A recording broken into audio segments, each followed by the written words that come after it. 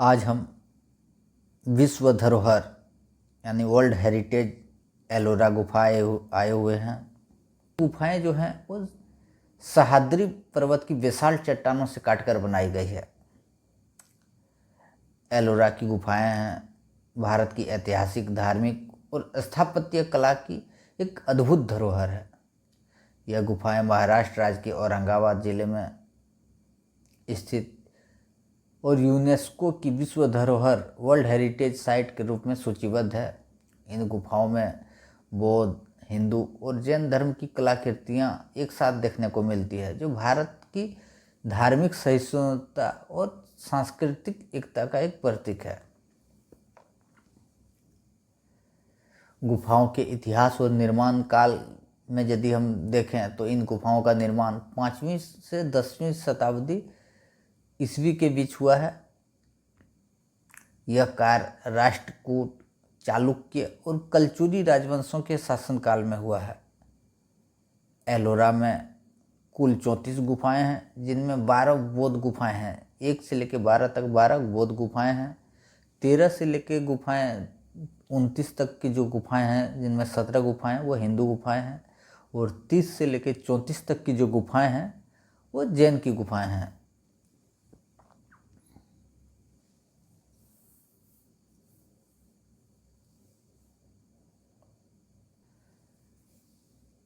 लगभग 600 वर्षों तक धीरे धीरे करके इन गुफाओं का निर्माण हुआ है। हर धर्म और शासक ने अपनी कला, भक्ति और स्थापत्य शैली यहाँ छोड़ी है। इन गुफाओं का कालखंड के रूप में यदि हम क्रमबद्ध करेंगे तो 5वीं से 7वीं सदी तक कालचुरी और चालुक्य राजवंशों ने प्रारंभिक बौद्ध गुफाएं का निर्माण किया। 7वीं और 9वीं सदी में यदि हम देखें तो राष्ट्रकूट के राजवंशों ने हिंदू गुफाएं और कैलाश मंदिर का निर्माण किया, और 9वीं और 10वीं सदी में यदि हम देखें तो राष्ट्रकूट और शिलाहार राजवंशों ने जैन गुफाओं का निर्माण किया। धार्मिक वर्गीकरण से 1 से 12 तक की जो गुफाएं हैं वो बौद्ध गुफाएं हैं। ये गुफाएं मुख्यतः विहार यानी मठ हैं, जहाँ भिक्षुक रहते थे और अध्ययन करते थे। इनमें बुद्ध की मूर्तियाँ ध्यान मुद्रा, धर्म चक्र मुद्रा और शिक्षा मूर्ति के रूप में हैं।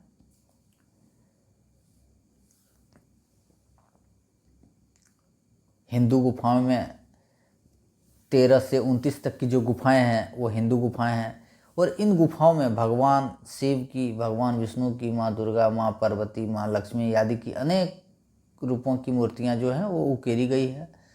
इनकी विशेषता यह है कि नाटकीय नक्काशी, विशाल आकार और गतिशीलता में यह गुफाएं हैं।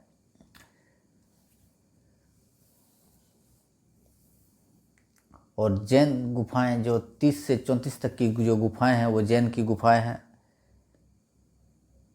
ये गुफाएं जो हैं बाद के काल में यानी 9वीं और 10वीं सदी में बनी है, जिनमें जैन तीर्थंकरों की मूर्तियां और उनके जीवन के दृश्य उकेरे गए हैं। स्थापत्य और कला शैली का एक अद्भुत उदाहरण बेसाल्ट, कठोर ज्वालामुखी पत्थर से बना यह सारी गुफाएं ऊपर से नीचे की ओर काटने की जो विधि रही होगी, उनका जो आकार में पूर्णता आई, उनमें जो संतुलन है वो एकदम भव्य है। इनकी जो शैली का जो मिश्रण रहा होगा वो गुप्तकालीन मिश्रण है। द्रविड़ शैली की गहराइयाँ और राष्ट्रकूटों की भव्यता इसमें उकेरी गई है। मूर्तियों में जो भाव है, गति है, परिधान की सूक्ष्मता का अद्भुत मेल आपको देखने को मिलेगा। एलोरा गुफा यह दर्शाती है कि भारत में धार्मिक विविधता के बावजूद एकता सदा विद्यमान रही है।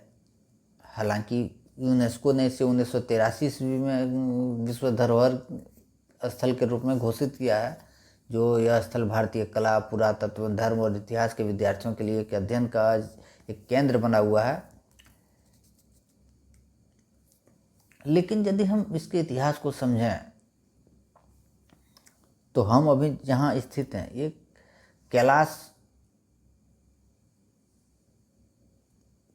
गुफा में स्थित हैं, यानी कैलाश मंदिर में, जो गुफा संख्या 16 है। यदि गुफा संख्या 16 के बारे में हम विस्तार से जानें,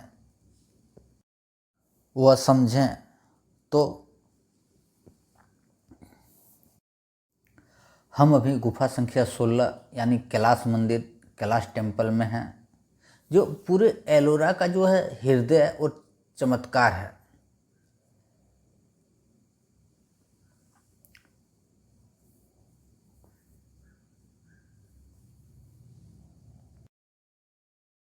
कैलाश मंदिर को इन गुफाओं का केंद्र बिंदु भी कहते हैं। यह भगवान शिव को समर्पित और उनके निवास स्थान कैलाश पर्वत का एक प्रतीकात्मक रूप है। इसका निर्माण लगभग 8वीं शताब्दी में हुआ है, जब दक्षिण भारत में राष्ट्रकूट वंश का शासन था। कैलाश मंदिर न केवल एलोरा की सबसे बड़ा निर्माण है, बल्कि यह दुनिया का सबसे विशाल एकात्मक यानी मोनोलिथिक आर्किटेक्चर जो है, एकात्मक शैली जो है, उस प्रकार का एक मंदिर है। यानी इसे एक ही चट्टान को ऊपर से नीचे तक काट के तराशा गया है, एक ही चट्टान को काट के बनाया गया है।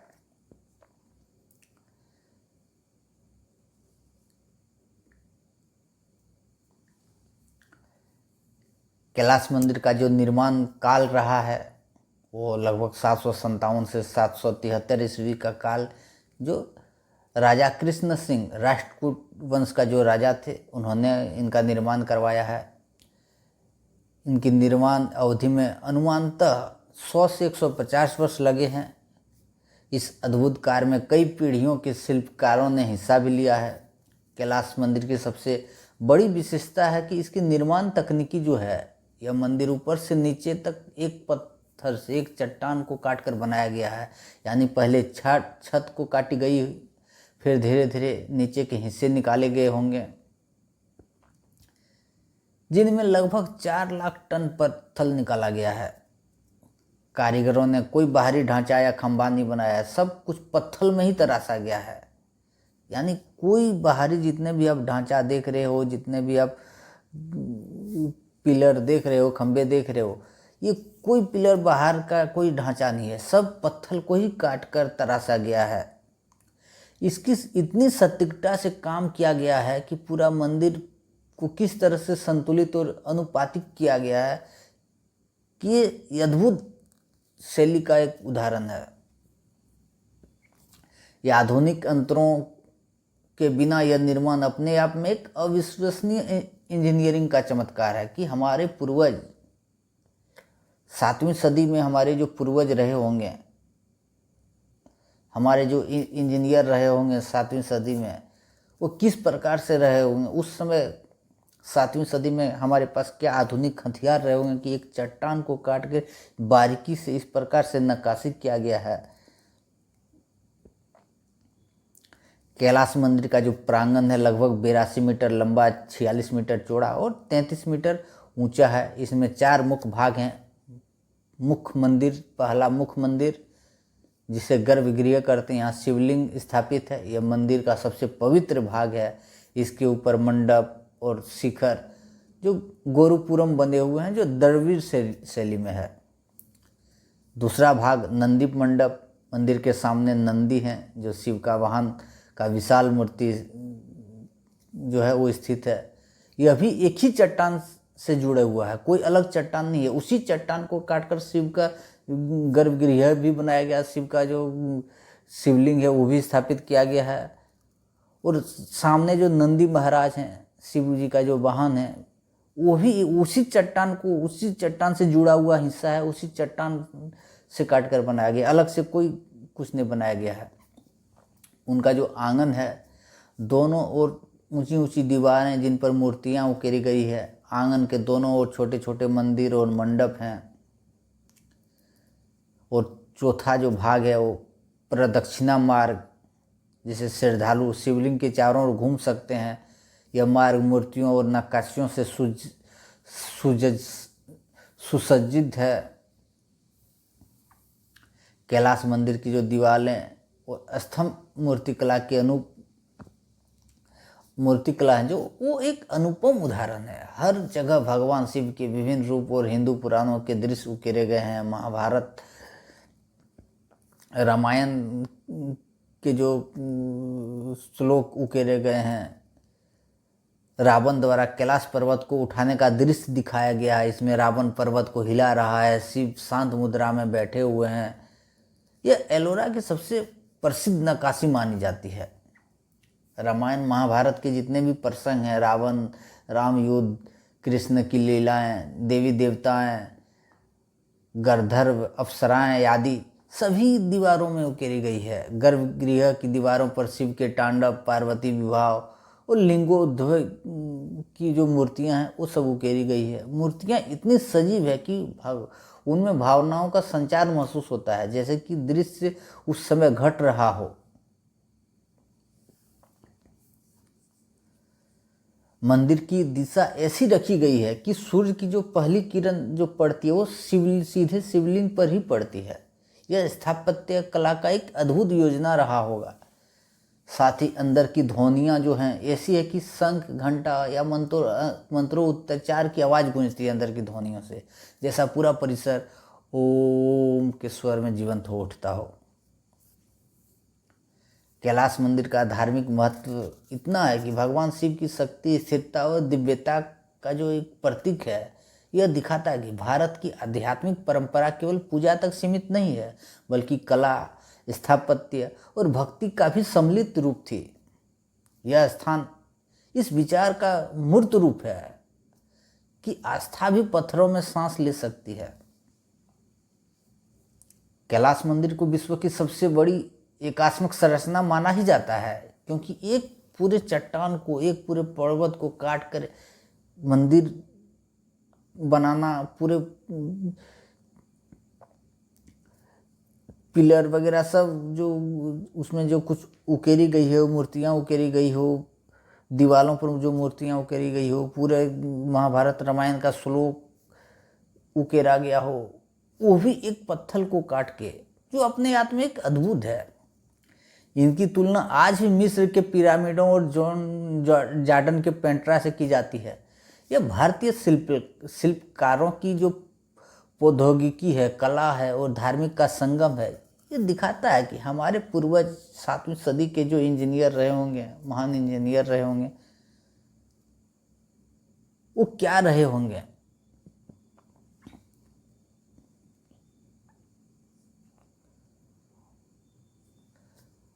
हम एक शब्द में ऐसे कह सकते हैं, कैलाश मंदिर केवल एक धार्मिक स्थल, एलोरा की गुफा में, गुफा संख्या 16 में जो कैलाश मंदिर है, केवल एक धार्मिक स्थल नहीं है, बल्कि भारतीय बुद्धिमत्ता और आस्था का जीवंत प्रमाण है।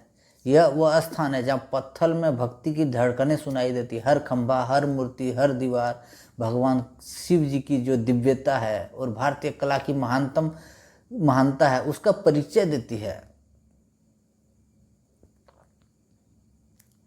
जिसका जीवंत आप सामने कैमरे में देख रहे होंगे। क्या अद्भुत कला रही होगी, क्या अद्भुत इंजीनियर रहे होंगे 7वीं सदी में। अभी हम गिलहरी से खेल रहे हैं, वहाँ की जो गिलहरी है वो इतने प्यारे प्यारे हैं कि आप उनको बुलाओगे तो आपके पास वो आ जाएंगे। अभी जिस गिलहरी से हम अभी खेल रहे हैं, ये इतने अच्छे हैं, एकदम निडर, निर्भीक, मेरे हाथों में आके मेरे बालों पे चढ़ जा रहे हैं, मेरे सर पे चढ़ जा रहे हैं, मेरे पूरे शरीर में चढ़ जा रहे थे। मैं उसे कैद नहीं कर सका। फिर बाद में मुझे लगा कि इसे कैद करना चाहिए, तो मैं कैद कर रहा हूँ। इतने निर्भीक, और ये निर्भीक निडर ऐसे नहीं हैं, उन्हें आपके प्रति विश्वास है। ये जो ऑरा है, जिस जगह पे हम खड़े हैं, कैलाश मंदिर की जो ये ऑरा है, जो पूरे एक चट्टान से बना हुआ है, ये स्थान ही वैसा है कि आप किसी छोटे छोटे जो गिलहरी जैसे जीव है, उनको भी आपके ऊपर आस्था है, आपके ऊपर विश्वास है कि मुझे ये मारेंगे नहीं, मुझे ये कोई ऐसी कठोर सजा या कुछ यातना नहीं देंगे। इसे आपके ऊपर भरोसा है, इसलिए ये आपके पास चल के आ रहे हैं। ये प्रेम का प्रतीक है। गिलहरी का आपसे मिलना, हमसे मिलना, ये दर्शाता है कि किस प्रकार उस ऑरा में, जहाँ गिलहरी कहीं और आपको देख के भाग जाती है, आप इस ऑरा में आ जाते हैं तो आपका मन इतना तृप्त हो जाता है, इतना आपका मन जो है वो स्वच्छ हो जाता है कि आप जीव को जरा से भी, कोई भी जीव को जरा से भी आप तकलीफ देना नहीं चाहते। इस वजह से उन्हें ये मालूम है, इस वजह से गिलहरी आपके पास, मेरे पास आ जा रही है। क्या अद्भुत ऑरा है, शांति का संगम। आप देख रहे हो, मैं अभी 3 मंजिला पे खड़ा हूँ, नीचे पूरे पत्थर से काटी गई पूरे गुफा, पूरा जो अंदर कमरे बने हुए हैं, प्रार्थना कक्ष बने हुए हैं, मंदिर की दीवारों पर चारों ओर जो मूर्तियाँ उकेरी गई है, ये ऊपर से नहीं लगाई, एक पत्थर को, एक चट्टान को काट कर बनाई गई है। यदि आप इस जगह पे आते हैं तो आप हमारे पूर्वजों की जो, पूर्वजों ने जो विरासत छोड़ के गया है, आपको गौरवान्वित महसूस होगा। और यदि आप ऐसी जगह पे नहीं आ पाते हैं तो एक बार ज़रूर कोशिश करें कि ऐसी जगह पे आएं और ऐसी जगह पे घूमें। एक पत्थर से काट के 3-3 मंजिला, 4-4 मंजिला, एक चट्टान से काट कर मंजिला मकान बना हो, भगवान की शिवलिंग बना हो, भगवान का मंदिर बना हो, यह एक अद्भुत उदाहरण है।